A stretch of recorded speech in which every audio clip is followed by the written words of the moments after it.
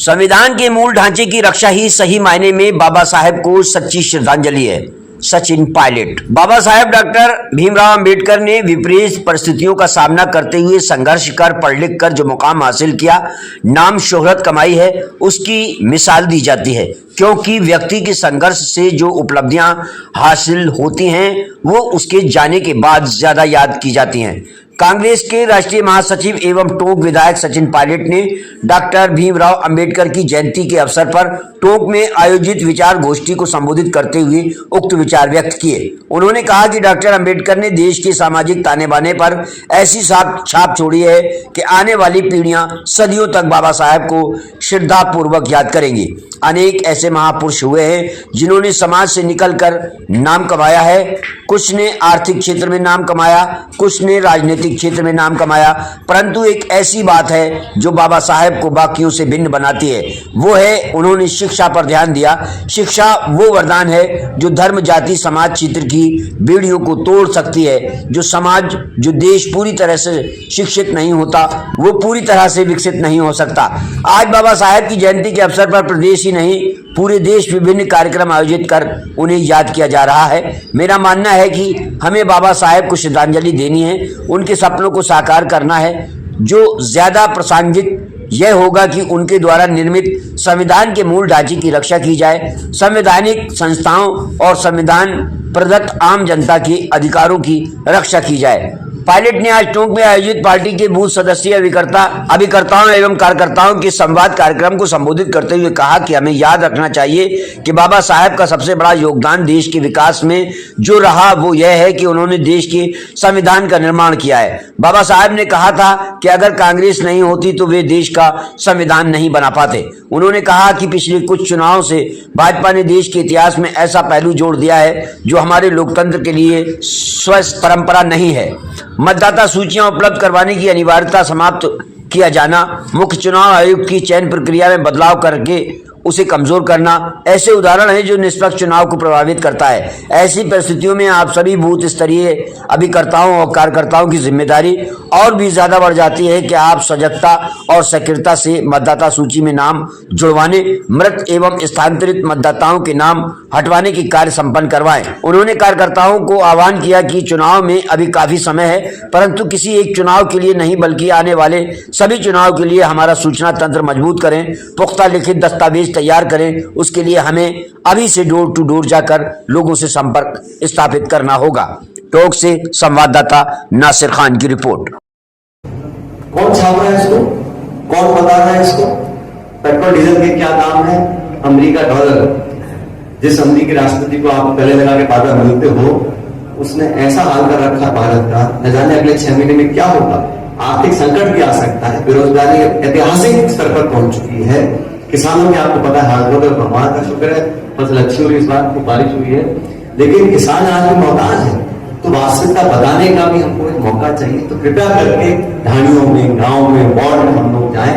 और मैं तो अध्यक्ष जी, मेरा तो निवेदन है, आज सब लोग यहाँ शहर में आए हैं, अगले महीने से आप ब्लॉक मंडल की मीटिंग तय करें। आपको भी जाना है और मैं भी, ताकि मंडल की मीटिंग हमारे कार्यकर्ताओं को हम लोग पोषित नहीं करेंगे और इनको कुछ नहीं चाहिए। मतलब आपने अच्छा चाय समोसे खिला दिए, लेकिन खाने पीने की बात नहीं। लेकिन कार्यकर्ताओं को एक तो मजबूत स्तंभ चाहिए, उनके दुख सुख सुनने वाला चाहिए। अब कार्यकर्ताओं को सम्मान ताकत देंगे, बल देंगे, कभी तो मतदाताओं को जाके ताकत देंगे। जब कार्यकर्ता मजबूत रहेगा तभी जाके बोल सकता है कि आइए मेरे साथ में काम कराता हूँ। और भाजपा के शासन में मैं बात ही कर रहा था, बिजली पानी के जो हाल है आपके सामने, और एक 100 साल में विधायक मंत्री वो भी अपनी छाती पीट रहे हैं, वो उनकी कुछ सुन नहीं रहा सचिवालय में। तो ये सरकार बस चली रही है। तो हम लोगों को अपनी जनता के लिए, मतदाताओं के लिए जो काम करना है, जो आंदोलन कर रहे हैं, जो डिमांड्स पूरी करनी है, उसमें कांग्रेस पार्टी को पूरी भूमिका निभानी चाहिए। और जहां जहां आपको लगता है हम सब लोग आए, हम लोग भी आएंगे, क्योंकि मतदाता वही है। वो वार्ड का चुनाव हो, एमएलए का चुनाव हो, एमपी का चुनाव हो, मतदाता वही रहता है। उन तक पहुंचने के लिए हम लोगों को और मेहनत करनी पड़ेगी। आप सबने मेहनत करी और यही परिणाम है कि यहाँ से विधायक, सांसद हम लोग जीते, अच्छे बहुमत से जीते हैं। लेकिन आने वाले चुनाव होंगे, जो स्थानीय निकाय चुनाव हैं, पंचायतों के होंगे, परिषद के होंगे, उसके लिए भी हमें आज से तैयारी करनी पड़ेगी। और मैं तो चाहता हूं कि इस बार सारा जो प्रक्रिया हो, चुनाव लड़ने की तैयारी हो, मतदाता की सूची हो, प्रत्याशी चयन हो, वो सब पारदर्शिता से हो। कांग्रेस पार्टी जीत कर आए, इस मत से हम लोग काम करेंगे तो हमें अपना लक्ष्य जरूर मिलेगा, ऐसा मैं मानता हूं। तो ये जो मतदाता सूची का काम है, इसको आप आज से चालू करें। मैं जानता हूं गर्मी का मौसम है, आप लोग बहुत ज्यादा दिन में नहीं घूम कर पाएंगे, लेकिन जो जो हमारे वार्ड्स हैं वहां दूर तक हम लोग जाएं, सूचियां तैयार करें, और जब हम घरों में जाएंगे पूछेंगे तो घर वाले बताएंगे कि भाई हमारे पहले 7 परिवार के लोग थे और 9 हो गए हैं, ये लोग हैं, इस परिस्थिति में रहते हैं, इस विचारधारा से संबंधित है, कैसे उनको अपने पास जोड़ना है, उनसे संबंध बनाने हैं। ये काम अगर हम लोग करेंगे अब से, तब जाके 2, 4, 5 महीने में हमारे पास एक मसौदा तैयार होगा। ये मैं आपसे आज निवेदन करने के लिए यहाँ पर उपस्थित हुआ हूँ। आपने बात को सुना बहुत सम्मान से, हम सबका हमेशा की तरह। और यहाँ पे तो ये विधानसभा क्षेत्र, यहाँ के लोग ऐसे हैं, यहाँ जितना प्यार आप देते हो उतना दुगना हो जाता है हर बार। मैं जितनी बार गर्मी हो, सर्दी हो, और अभी जज साहब अब तो फ्री हो गए, जज साहब फ्री हो गई, अब पेंशन मिल रही है, आराम से भाषण खुल के दे सकते हैं। तो आप सबका हमेशा ही स्नेह रहा, और मैं आपको अंत में इतना कहना चाहता हूं, मैं किसी प्रदेश में जाऊं, किसी क्षेत्र में जाऊं, जब भी पार्टी के लिए मुझे जिम्मेदारी मिलती है, काम करना पड़ता है, हर जगह हम जाते हैं, लेकिन मैं जानता हूं कि मेरे विधानसभा क्षेत्र के आप सब लोग, कार्यकर्ता और मतदाता, हमेशा हमारे साथ खड़े हो और संपूर्ण आशीर्वाद और ताकत के साथ हमारे साथ खड़े हो। ये मेरे लिए बहुत बड़ी एक फख्र की बात है, गर्व की बात है, और मुझे बहुत ताकत की बात है। तो आप सबका मैं पुनः धन्यवाद करता हूँ। उम्मीद करता हूँ कि अगले 2, 4, 5, 6 हफ्ते में इस कार्य को पूरा करें। अब अध्यक्ष जी की जिम्मेदारी दे रहा हूं मैं, जो हमने आज टास्क दिया है, इसको 1.5 महीने में पूरा करके एक और मीटिंग बुलाइएगा, लेकिन ब्लॉक में। अब हम लोग जो अगली मीटिंग करेंगे वो ब्लॉक वाइज और मंडल वाइज करेंगे, हम सब लोग वहां उपस्थित रहेंगे ताकि कार्यकर्ताओं से रूबरू हो सके। बहुत बहुत धन्यवाद। राम राम। भौगोलिक स्थिति, प्रशासनिक दूरी, कलेक्टर, एसपी, एसडीएम ऑफिस कितना दूर है, उस मापदंड को तय कर हमने जो प्रदेश की व्यवस्था के लिए सबसे बेहतर निर्णय थे, नई पंचायतों में निर्माण करना, पंचायत समिति बनाना, संशोधन करना, हमने सबसे सलाह कर पक्ष विपक्ष प्रतिनिधि जो बाकी लोग स्टेक होल्डर्स से बात करी और हम लोगों ने कार्रवाई कर दी और परिसीमन कर दिया। अभी भाजपा की सरकार ने परिसीमन चालू किया है, हमारे सामने किस प्रकार से एक वार्ड को तोड़ मरोड़ के, पंचायतों को शहर में जोड़ के, न सिर्फ शहर जिले में लेकिन पूरे प्रदेश में ऐसा परिसीमन किया है जिसका कोई तुक नहीं है। सिर्फ और सिर्फ राजनीतिक हित साधने के लिए परिसीमन की प्रक्रिया को अंजाम दिया गया है। 17 तारीख आखिरी दिन है जब हम अपने ऑब्जेक्शन दे सकते हैं, और मुझे पूरा विश्वास है कि जिला कांग्रेस कमेटी, हमारे सभी वार्ड मेंबर, पंच, सरपंच अपने अपने लिखित ऑब्जेक्शन प्रस्तुत करेंगे। हम न्यायपालिका में भी जाएंगे, लेकिन मैं आपको सारी पृष्ठभूमि से समझा रहा हूं, ये सब इस लोकतंत्र में कोई कितना बड़ा अधिकारी हो, प्रशासन हो, निर्वाचन आयोग हो, मंत्री, मुख्यमंत्री, प्रधानमंत्री, कोई भी हो, सबसे बड़ी ताकत मतदाता के पास, वोटर के हाथ में ताकत है। वो एक बटन से देश का भविष्य बदल सकता है, लेकिन बटन दबाने तक एक प्रक्रिया है। मतदाता सूची की, पोलिंग बूथ की, वोटर रजिस्ट्रेशन की, वहां तक पहुंचने की, और निगरानी से पोलिंग पूरी कंडक्ट हो, उसमें स्टैंप सील हो और फिर मतगणना हो। अब वो समय नहीं रहा कि हम लापरवाही से काम कर सकते हैं, क्योंकि इसमें बहुत से ऐसे लोग हैं जो इस पूरी प्रक्रिया का फायदा उठाते हैं और इतिहास गवाह है। इसलिए मैंने आज आप लोगों को यहाँ पर आमंत्रित किया, और मैं धन्यवाद करता हूं कि आप सब लोग यहाँ पर आए हो। जो हमारे देखो कार्यकर्ता, हमारे सभी हम परिवार हैं कार्यकर्ता, कुछ को कुछ जिम्मेदारी भी है, कोई बूथ कमेटी का, कोई बीएलए, कोई पंचायत का, हर जिम्मेदारी से काम कर रहे हैं। लेकिन मेरा आपसे आग्रह है कि अभी से, क्योंकि चुनाव बहुत समय है, और मैं जानता हूं अधिकांश जो तैयारियां होती है वो चुनाव से 2, 4, 6 महीने पहले करते हैं। मैंने कई चुनाव लड़ चुका हूं, लेकिन मैं चाहता हूं कि हम सब सिर्फ एक चुनाव के लिए नहीं, हमेशा के लिए अपनी पार्टी का जो हमारा खाका है, जो हमारा सूचना तंत्र है, जो हमारा लिखित दस्तावेज है, वो हमेशा के लिए हम पुख्ता करें। उसके लिए 2-3 काम हमको करने जरूरी है। अध्यक्ष जी आप भी निर्देशित करिएगा। एक और बात, ये बात हम लोगों ने जयपुर में तय करी थी कि मंडल कमेटी हो, ब्लॉक कांग्रेस कमेटी हो, जिला कांग्रेस कमेटी हो, प्रदेश कांग्रेस कमेटी हो, राजस्थान के अंदर कि जो पद लेकर बैठा है और लगातार 3 मीटिंगों में नहीं आ रहा बिना कारण बताए, उस व्यक्ति को शायद और जरूरी काम होते हैं तो उसको आप चलता करो।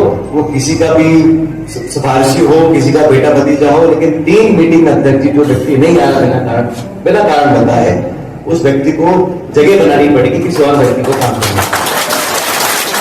ऐसा नहीं हो सकता कि हम कमेटी बनाने 100, 200, 300, 500 की और आप मीटिंग बनाओ तो सिर्फ अपना नाम छपवाने के लिए आप पद पे बैठ जाओ, क्योंकि सैकड़ों लोग हैं जो उस पद के लायक हैं।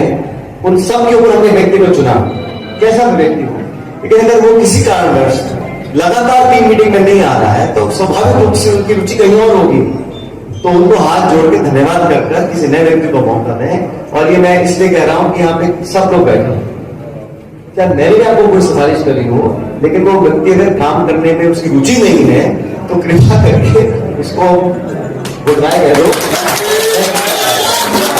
और ये हम लोगों ने चर्चा करी है, राजस्थान का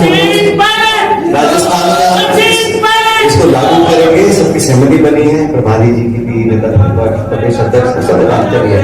और मैं समझता हूँ ये आप सब लोग सहमत हो रहे हैं बातों से।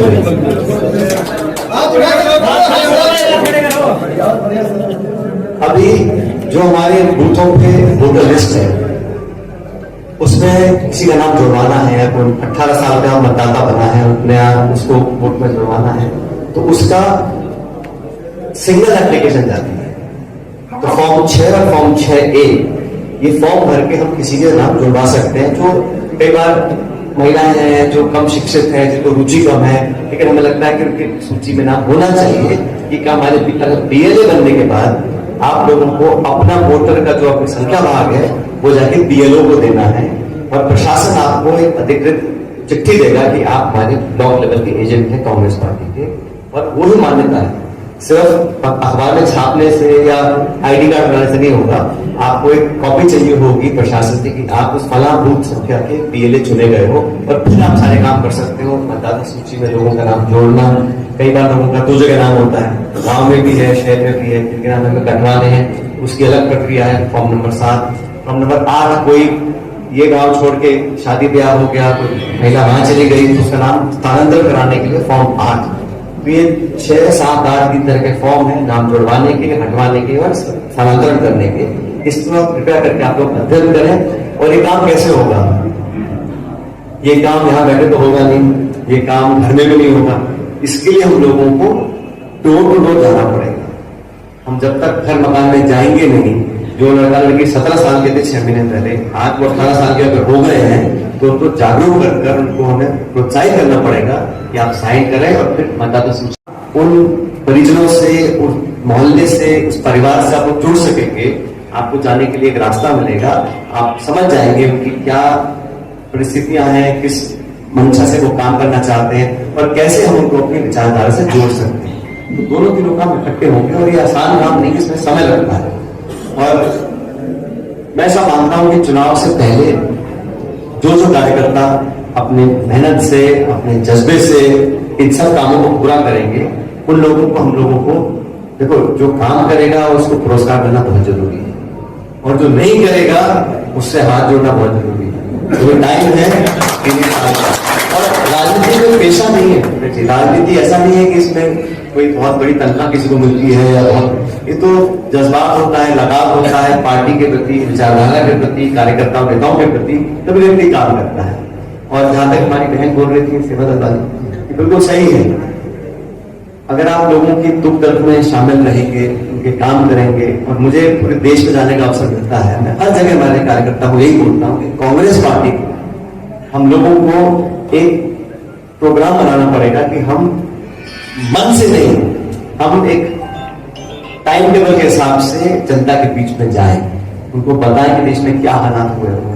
अमेरिका ने जो टैरिफ लगाया भारत के ऊपर, इसकी चर्चा अखबार में होती नहीं है, टेलीविजन में वही दिखाते रहते हैं, औरंगजेब ने क्या किया, वहां पे खुदाई कर क्या मिला, इसने ये बोल दिया, ये बिल पास हो गया। ये तो हमेशा ध्यान भटकाने का काम करेंगे, लेकिन जनता के बीच जाके बताना पड़ेगा कि हालात हो गए। 2014 तक इस सरकार के आने से पहले मेरे ख्याल में 55 या 60 लाख करोड़ का कर्ज पूरे देश पे था। इन 10 सालों में वो 300 लाख से ज्यादा पहुंच गया है। कौन छाप रहा है इसको? कौन बता रहा है इसको? पेट्रोल डीजल के क्या दाम है? अमेरिका डॉलर, जिस अमेरिकी राष्ट्रपति को आप गले लगा के बार मिलते हो, उसने ऐसा हाल कर रखा भारत का, न जाने अगले 6 महीने में क्या होगा। आर्थिक संकट भी आ सकता है, बेरोजगारी ऐतिहासिक स्तर पर पहुंच चुकी है। किसानों के आपको पता है हाल हो, भगवान का शुक्र है फसल अच्छी हुई, इस बार खूब बारिश हुई है, लेकिन किसान आज भी मोहताज है। तो वास्तविकता